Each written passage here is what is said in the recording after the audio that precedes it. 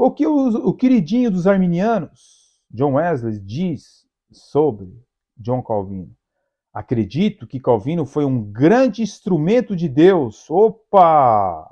E que ele era um homem sábio e piedoso. Uau! Que coisa impressionante! Agora, é muita incoerência, né? Ele diz que sou eu que sou incoerente. Nesse vídeo aí que eu estou refutando dele, ele diz que eu sou incoerente. Né? Agora, enquanto os próprios arminianos se utilizam de declarações a favor de Lutero, de Calvino, eles detestam e odeiam. Vai entender isso, né? Agora, o pior, eles usam a tradução da Bíblia feita por um calvinista, né? João Ferreira de Almeida, certo? Que inclusive é usado na Convenção Batista Brasileira, né? Inclusive a Bíblia de Estudo Pentecostal da CPAD. A própria Bíblia de Apologética de Estudo, que foi elaborada pelo CACP, né, ajudou, né, o ICP, certo? Também endossa o calvinista Almeida, né? Agora, pergunte para o Martinez que tradução da Bíblia que ele usa, né?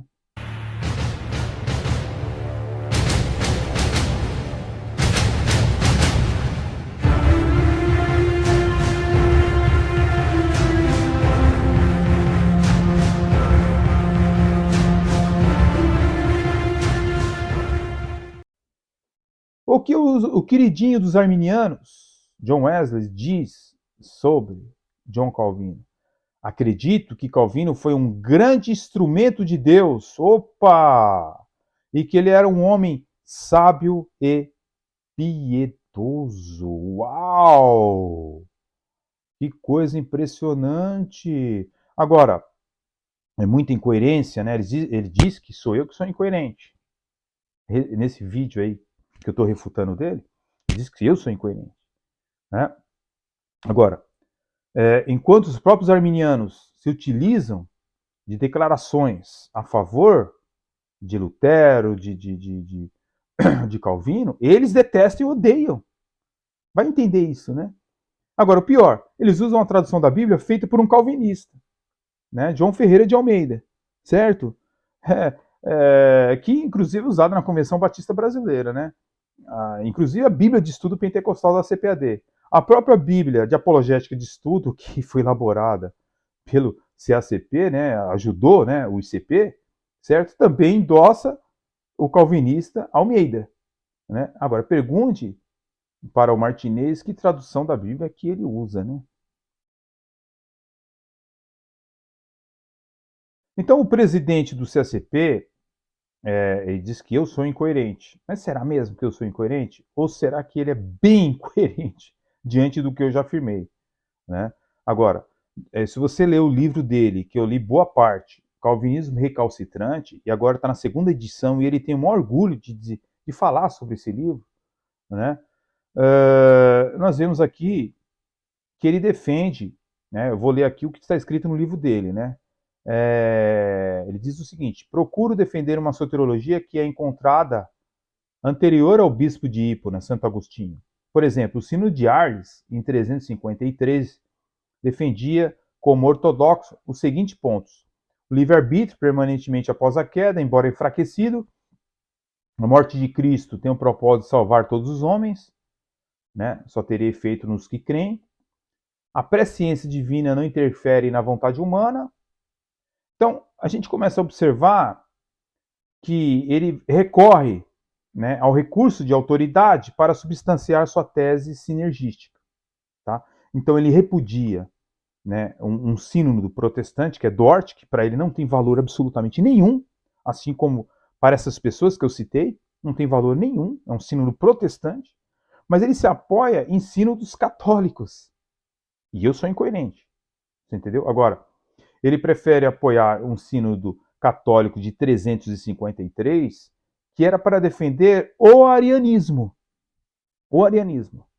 Tá? Houve o primeiro sínodo de Arles em 314, para condenar o donatismo.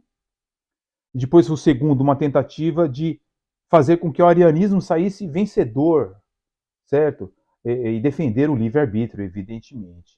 né? Então, o que ele cita lá no livro dele, que ele se espelha no Sino de Arles em 353, ele não foi pesquisar, mas esse sino foi convocado para apoiar quem? O arianismo, uma heresia de Ário, né?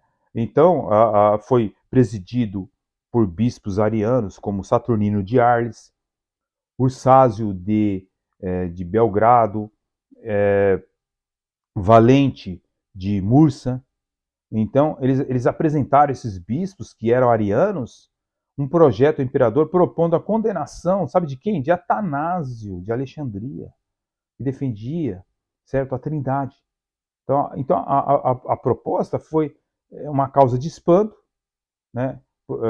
Fosse porque o documento havia sido previamente editado, e começou as discussões ali. Mas o objetivo era que o arianismo prevalecesse e que Atanásio, o grande defensor da fé cristã, fosse condenado, entendeu?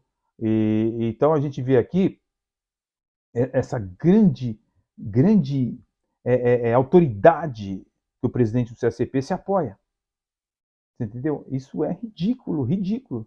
Então foi presidido por esses bispos arianos, né, que eu citei o nome aqui, convocado por Constantino II, condenação do Atanásio, diante da pressão de Usânio e de outros lá, Valente de Múrcia, por exemplo. Esses concílios, o que deve se ser ressaltado é que esses concílios, eles não eram universais da Igreja, tá, da Igreja Católica, no caso.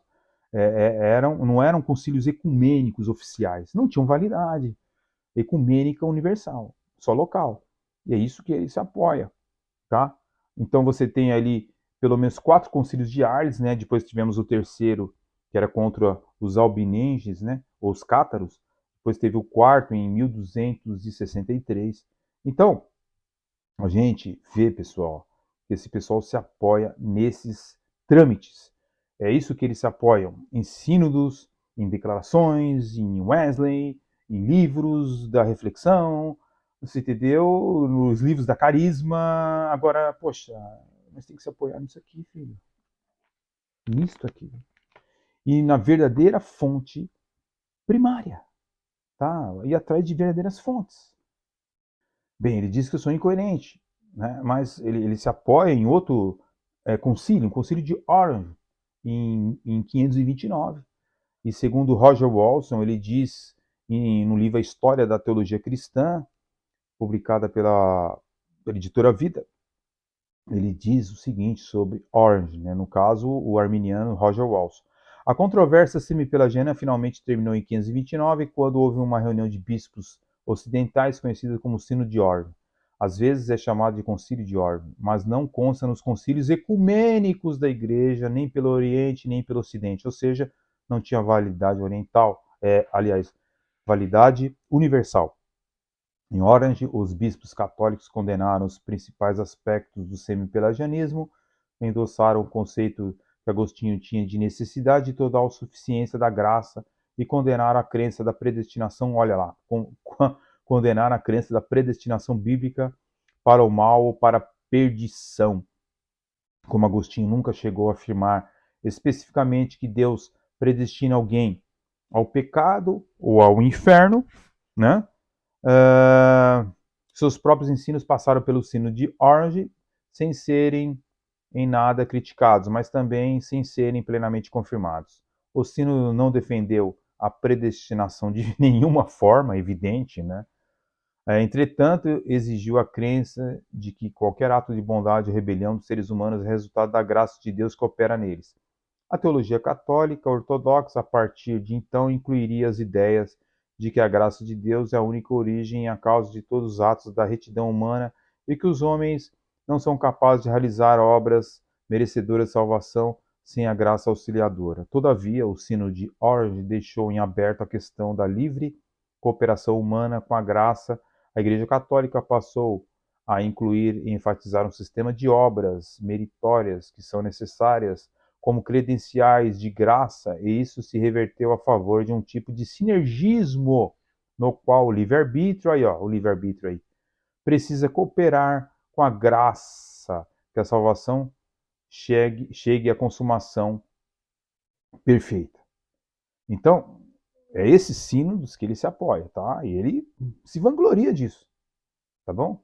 Agora, diz o presidente do CACP, saiba que há vida além do calvinismo e existe boa teologia fora dessa escola de interpretação. Você não é um herege por acreditar que as pessoas devem aceitar Jesus em resposta à sua graça. Você não é herege, entendeu?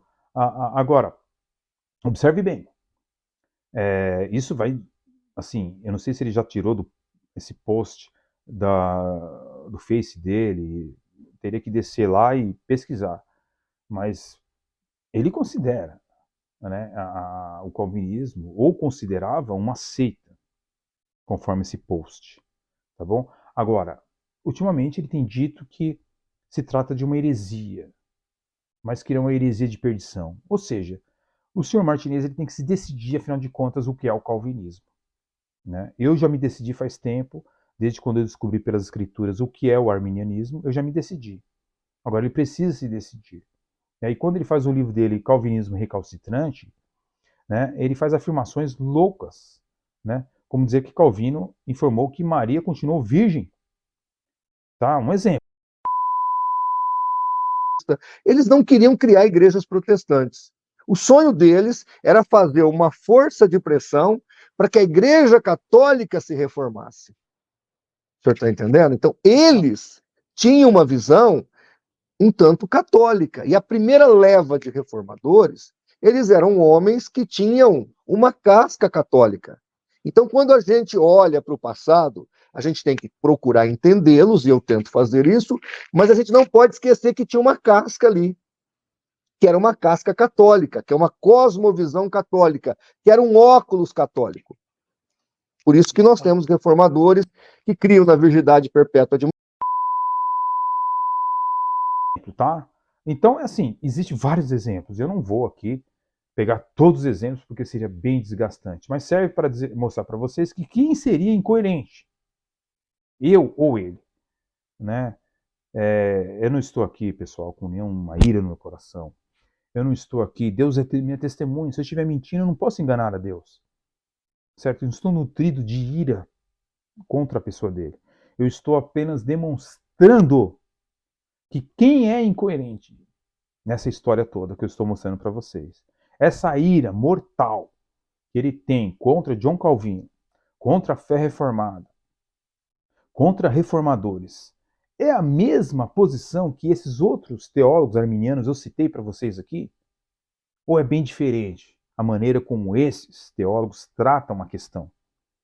Será que quem está certo é ele, o CACP, ou esses teólogos arminianos? Complicado, né? Vejam bem, é tudo muito complicado. Para ele e para o seu instituto, evidentemente.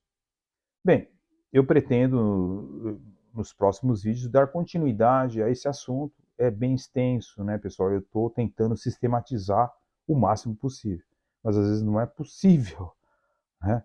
Mas continuaremos, né, a mostrar que, de fato, o Sr. João Flávio Martinez e o seu segundo, e olha só que interessante, o Flávio Martinez, batista tradicional, que tem quedinha para o pentecostalismo, né? E o seu segundo, que é de uma igreja pentecostal, se não me falha a memória, Assembleia de Deus, ele não vai, Martinez, nunca poder falar contra o pentecostalismo, porque o segundo dele é de uma igreja pentecostal. Então ele está amarrado. Você entendeu? Ele não vai poder falar do pentecostalismo. Então talvez ele poderá falar sobre o neopentecostalismo. Então ele está amarrado. O Instituto CACP, enquanto estiver esse confronto de ideias entre ele e o segundo, ele sempre vai ter quedinha para o pentecostalismo. Talvez até ele seja continuista, um batista continuista, né? E que também abandonou suas raízes, né? Agora, e como é que fica essa situação aí do CACP? E depois, eu sou incoerente.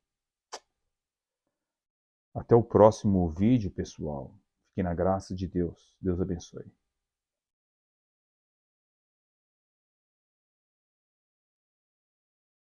outra coisa.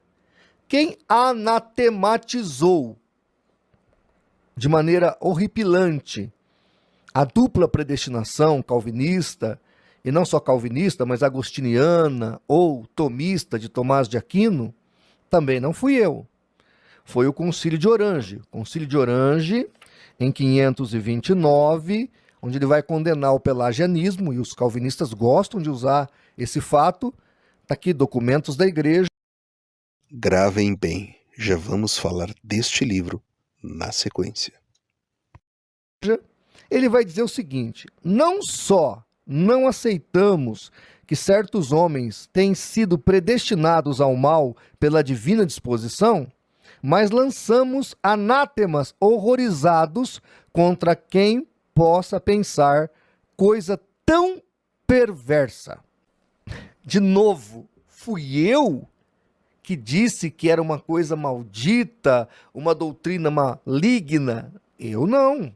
Foi o Concílio de Orange. No livro Documentos da Igreja Cristã, na página 97, encontramos o seguinte: O Concílio de Orange, 529. Reação do semi-pelagianismo.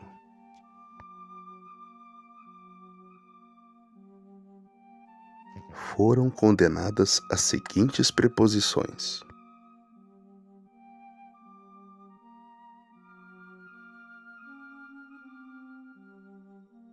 no artigo 5º diz que o começo da fé, bem como seu aumento, ou mesmo a inclinação que leva a crer naquele que justifica o ímpio, estão em nós naturalmente, não dependendo do dom da graça ou da inspiração do Espírito.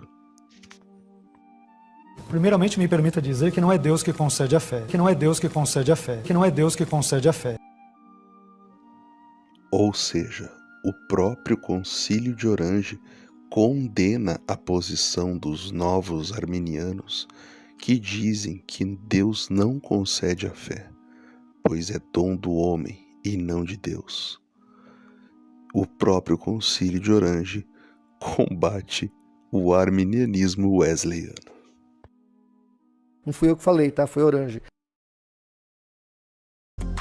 Agora deixe o seu comentário aqui abaixo para que o YouTube entenda que o nosso conteúdo é relevante e possa divulgar este vídeo para mais pessoas. Grande abraço e até o próximo vídeo!